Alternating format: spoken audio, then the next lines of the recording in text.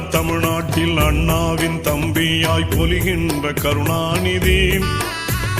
பொன்னான தமிழ்நாட்டில் அண்ணாவின் தம்பியாய் பொலிகின்ற கருணாநிதி. அன்றாடம் புகழ்பாடும்